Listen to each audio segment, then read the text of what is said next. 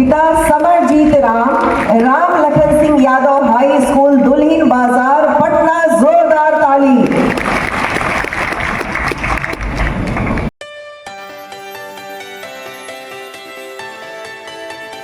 नमस्कार दोस्तों, मैं हूं नीरज मौर्य और आप हमारे साथ जुड़े हुए हैं वर्मा एजुकेशन सेंटर के यूट्यूब प्लेटफॉर्म पर।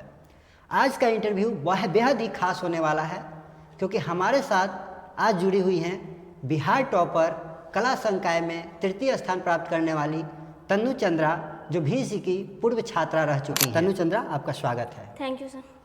तन्नू चंद्रा से मैं आज के सेशन में कई सवाल पूछूंगा जो कि काफ़ी बेहद खास होने वाला है, छात्रों के हित में उपयोगी होने वाला है और इनके बारे में इन्होंने कैसे तैयारी की और इस मुकाम पर कैसे पहुंची हैं, तमाम चीज़ों के बारे में आप बेहद अच्छे से जानकारी प्राप्त कर पाएंगे।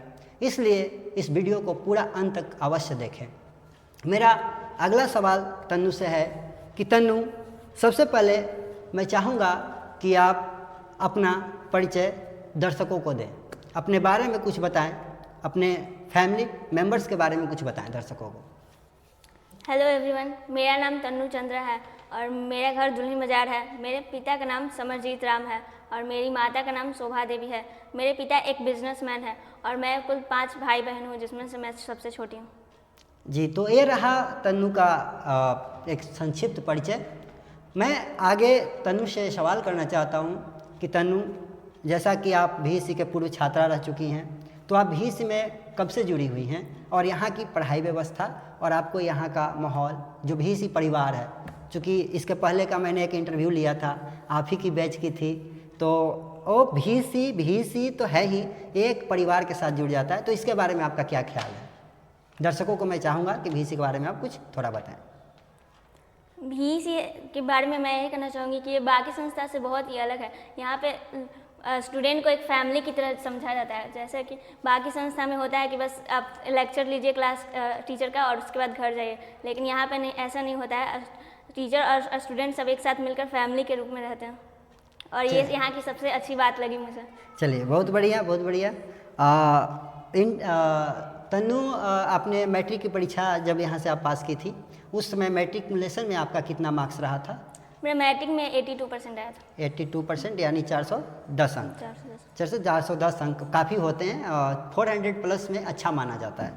तो आपने इंटर परीक्षा 2024 में आपने दिया और उसमें आपने कला संकाय से थे और एक ग्रामीण परिवेश में दुल्हिन बाजार में रह करके आपने इंटर की जो तैयारी की और आपने बिहार में तृतीय स्थान प्राप्त किया, जो कहा जाता है ना कि लाखों में एक। तो देखिए, हम सभी के सामने आज तन्नू जो है लाखों में एक है, क्योंकि पूरे बिहार में, एक पूरे राज्य में तृतीय स्थान पाना एक बहुत बड़ा एक कंपटीशन हो जाता है। तो वहाँ पे इन्होंने सफलता हासिल किया है और एक छोटे से शहर दुल्हिन बाजार का नाम पूरे अब नेशनल मीडिया पे या पेपर में, जो अखबार हैं उधर में ये आया है।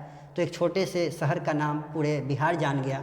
ये इनका ही बदौलत रहा कि, और यहाँ के जो भी सहयोगी रहे इनके, काफ़ी अच्छा कि ये बेटी, जो कहा जाता है कि बेटी समाज के लिए बोझ है, परिवार के लिए बोझ है। तो देखिए, बेटियां आज हमारे मान सम्मान बढ़ाने के लिए काफ़ी काम कर रही हैं और हम सभी को नाज है ऐसी बेटी पे जिन्होंने अपने ग्रामीण क्षेत्र में रह करके इतने लंबी उड़ान भरी हैं। तो मैं चाहूँगा कि आप लोग भी अपने घर में अपनी बेटियों को इस तरह से सपोर्ट करें। अगला सवाल मैं तन्नू से चाहूँगा कि इन्होंने इंटर की परीक्षा जो 2024 में पास की, तो आपने कला संकाय से पास की थी, तो अभी भी बच्चों का जो है एग्ज़ाम होने वाला है इंटर का, या आपने पढ़ाई कैसे बेहतर किया, इसका रहस्य क्या है, आपने कैसे इसको क्वालिफाई किया और तृतीय स्थान हासिल किया? दर्शकों को और छात्रों को, खास तौर पे छात्रों को अपना कुछ ओपिनियन बताएं। मैं ऑनलाइन माध्यम से पढ़ाई करती थी और साथ साथ मैं ऑफलाइन माध्यम से भी पढ़ाई करती थी। और जब मैं पढ़ाई करती थी तो मैं ये नहीं सोचती थी कि मैं बस टॉप आने के लिए पढ़ाई करूँगी। मैं स्टार्टिंग से अच्छे से पढ़ाई करती थी और जब मुझे लास्ट में लगा कि हाँ, अब मैं मेरी इतनी अच्छी तैयारी हो चुकी है कि मैं अगर चाहूँ तो टॉप आ सकती हूँ, तो मैं स्टूडेंट को यही कहना चाहूँगी कि आप स्टार्टिंग से अच्छे से समझ कर चीज़ों को पढ़िए। और ये भी एक बात है कि अगर आप रट कर नंबर अच्छे ला सकते हैं, फर्स्ट आ सकते हैं, लेकिन रट कर आप टॉप नहीं आ सकते हैं।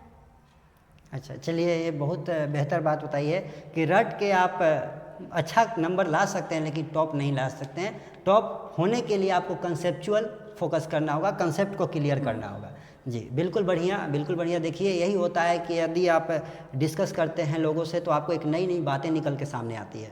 तो तन्नू, मैं चाहूँगा कि अगला कि आप जो इतने अच्छे मार्क्स लाए आपने, तो कहीं आपको नहीं लगा कभी ऐसा कि मैं मैट्रिक में 410 नंबर लाया था और इंटर में जा कर के मैं अभी आर्ट्स की तरफ शिफ्ट हो रही हूँ, तो समाज लोग ऐसा आज है कि मतलब लोग सोचते हैं कि आर्ट्स लेने वाले स्टूडेंट जो होते हैं काफ़ी वीक होते हैं, जिनका सेकंड हो जाता है या नहीं मैट्रिक में अच्छा नंबर आता है तो उसको लोग आर्ट्स लिवा देते हैं और घर पे उसको सेल्फ स्टडी के लिए छोड़ देते हैं।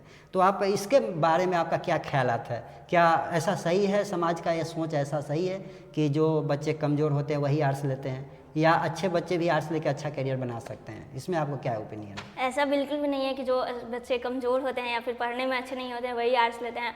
आजकल बहुत से ऐसे बच्चे हैं जो आर्ट्स ले रहे हैं और आगे जाके बहुत ही अच्छा कर रहे हैं।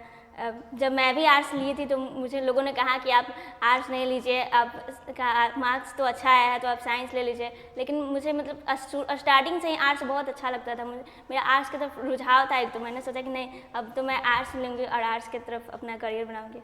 अच्छा, आगे आप अभी तो आपने इंटरमीडिएट कंप्लीट कर लिया, अभी आप ग्रेजुएशन के लिए क्या पढ़ाई जारी रखें और अपना करियर किस फील्ड में बनाना चाहती हैं?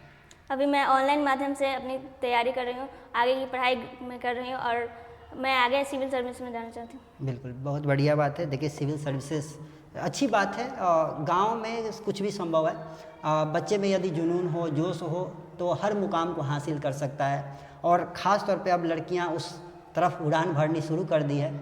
तो मैं चाहूँगा कि तन्नू चंद्रा चूँकि एक नारी हैं और कहीं ना कहीं मुझे देखने को भी मिलता है कि आज चूँकि मेरे साथ 3-4 सालों से जुड़ी हुई हैं तो मैं काफ़ी देखता हूँ, तन्नू को नज़दीक से देखता हूँ, तो कहीं ना कहीं इन्हें नारी सशक्तिकरण का एक अलग सा इनके अंदर जुनून दिखता है। जो आप नारी सशक्तिकरण की तो जिस तरफ बात होती है, जो नारियों का जो शोषण की बात होती है, नारियों को कम समझा जाता है समाज में, उसके बारे में मैं चाहूँगा कि तन्नू चंद्रा जो हैं कुछ दर्शकों के सामने अपना पक्ष रखें, अपना विचार रखें। तो मैं चाहूँगा कि आप सामाजिक क्या आपका दृष्टिकोण है, आप जनता को क्या और दर्शकों को और छात्रों को क्या संदेश देना चाहते हैं, खास तौर पे उन लड़कियों को जो केवल एक घर में चूल्हा और बर्तन तक ही सीमित हैं, क्या उनके लिए क्या करियर अपॉर्चुनिटी हो सकती है? मैं सबसे पहले आज की लड़कियों को ये कहना चाहूँगी कि आप ये नहीं सोचिए कि मैं एक लड़की हूँ तो कुछ नहीं कर सकती हूँ, या फिर मैं लड़की हूँ तो मेरा काम है बस शादी करके और किसी और के घर चले जाना। आप बाहर निकलिए, समाज को देखिए, समाज कहाँ से कहाँ पहुँच गया है।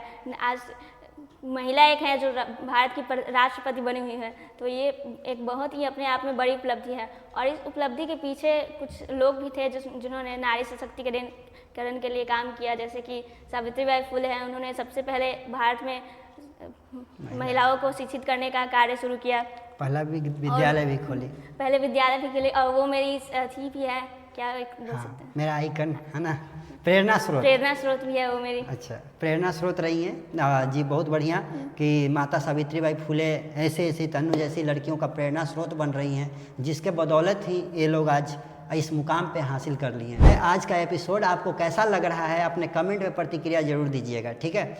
और मैं बार बार बोल रहा हूँ कि यदि इस तरह के आप चाहते हैं कि समाज में जो भी हमारे होनहार छात्र आज कुछ अच्छा कर रहे हैं, जो हमारे समाज में सामाजिक लोग जो इनका अहम योगदान है, जो कैमरे में नहीं आ पा रहे हैं, लोग दुनिया उनको नहीं देख पा रही है, उनका मेहनत बिल्कुल बेकार चला जा रहा है, तो मैं चाहूँगा कि आप कमेंट में प्रतिक्रिया दीजिए कि ऐसे लोगों को समाज से उठा करके पूरे वर्ल्ड वाइड पे उनका चेहरा लाया जाए, ताकि सब लोग देखें कौन किस मुकाम पे पहुंच रहा है। हमारे ग्रामीण क्षेत्र के लोग इसीलिए पिछड़ जा रहे हैं क्योंकि उनका चेहरा लोगों के समक्ष नहीं आता है कि नहीं, क्योंकि बहुत लोग मेहनत करते हैं, बहुत काम करते हैं, और कहा भी गया है जो दिखता है वही बिकता है। तो हमारे यहाँ के तो लोग बहुत सारे काम कर रहे हैं लेकिन कुछ नहीं दिख रहा है। तो अब दिखाने के लिए हमने अपना स्टूडियो सेटअप कर लिया है ग्रामीण क्षेत्र में। तो जो भी हमारे समाज में अच्छे करने वाले लोग हैं उनको बारी बारी से इस प्लेटफॉर्म पर बुलाया जाएगा और आपके समक्ष उनकी बातों को असलियत के साथ रखा जाएगा, ठीक है। तो जाते जाते मैं तन्नू से आखिरी सवाल पूछना चाहूँगा कि आप जो यहाँ के जो अभी इंटरमीडिएट की एग्ज़ाम होनी है 2025 में, और आपने इंटरमीडिएट को बेहतर तरीके से देखा है और अच्छा स्कोर की हैं, तो आप अभी के छात्रों को क्या संदेश देना चाहती हैं अभी के परीक्षा को लेकर कि वह किस स्तर से और कैसे तैयारी करें? ख़ास तौर पे मैं चाहूँगा कि आप आर्ट्स के स्टूडेंट को बताएं कि आपने कैसी तैयारी की थी और उन लोग कैसे तैयारी करें कि उनका भी बेस्ट रिजल्ट हो जाए। अभी तो वैसे जिन लोगों का एग्ज़ाम होने वाला है उनका तो बस 2 ही महीने बच रहे हैं, तो ये 2 महीने भी लास्ट के जो 3 महीने होते हैं वो बहुत ही इंपॉर्टेंट होते हैं। आप मतलब लास्ट के 3 महीने आप जितना पढ़ सकते हैं, जितना रिवीजन कर सकते हैं, आप जो कर सकते हैं आप कीजिए। मतलब कहने का मतलब कि आप लास्ट में अपना लास्ट के 3 महीने आप अपना 100% दीजिए और उसके बाद जो रिजल्ट आएगा देखा जाएगा। चलिए देखिए, बहुत बढ़िया। आप अपना 100% लगाना है, आपकी तैयारी में चूक नहीं होनी है, तो इस बात को समझ लीजिए। आप ये सोच के मत पढ़िए कि जैसे तन्नू ने बताई कि मैं ये नहीं सोच के पढ़ाई कर रही थी कि मैं टॉप आऊँगी। मैं बस पढ़ाई कर रही थी, मैं अपना 100% कर रही थी। मतलब आप अपना कर्म कीजिए, फल की चिंता नहीं कीजिए, ठीक है। लेकिन जब आपको बोर्ड से कॉल आया होगा एग्ज़ाम के बाद, तब आपको ऐसा कैसा लगा था, कैसा फील हुआ था? क्या आपको विश्वास हो गया था कि नहीं मेरा ही कॉल है, या आपको लगा कि ऐसे कैसे हो सकता है? नहीं, ऐसा तो मतलब लास्ट में मुझे लगा था कि मैं आ सकती हूँ, लेकिन जो कॉल आया तो लगा कि श्योर हो गए कि चलिए मैंने तो अच्छा लिखा था, तो शायद सही में ही मेरा ही कॉल आया है। चलिए, तो देखिए कॉन्फिडेंस भी आ जाता है। जब आपकी तैयारी अच्छे से हो जाती है तो कॉन्फिडेंस आ जाता है कि नहीं मैंने तो कॉपी पे तो लिखा है, तो होना ही है। तो चलिए, आज का सेशन आपको कैसा लगा? तन्नू, आप दर्शकों के सामने आपने इंटरव्यू दिया, तो दर्शकों को भी काफ़ी प्रतिक्रियाएं आएंगी, और ख़ास तौर पे मेरे तरफ से बहुत बहुत आभार, धन्यवाद कि आपने अपना इंटरव्यू के लिए आपने आ गई। चूँकि तन्नू हमेशा कनेक्टेड रहती है, जुड़ी रहती है, VSC ग्रुप से भी जुड़ी हुई हैं, और काफ़ी दिनों से पूरा फैमिली को ही जानते हैं, इनके पूरे फैमिली को अभी ठीक है। तो एक अच्छा खासा रिलेशन है अब तन्नू के साथ, चूँकि परिवार बोलते ही VSC परिवार है, तो परिवार के सदस्य कभी अलग नहीं होते हैं। हाँ ठीक है, तो आज का सेशन आपको कैसा लगा, और अपनी प्रतिक्रिया जरूर कमेंट बॉक्स में दें। तब तक के लिए हम आपसे विदा लेते हैं, और फिर मिलते हैं आपको नए स्टूडेंट के साथ, नए क्रांतिकारी लोगों के साथ। तब तक के लिए इजाज़त दीजिए, धन्यवाद।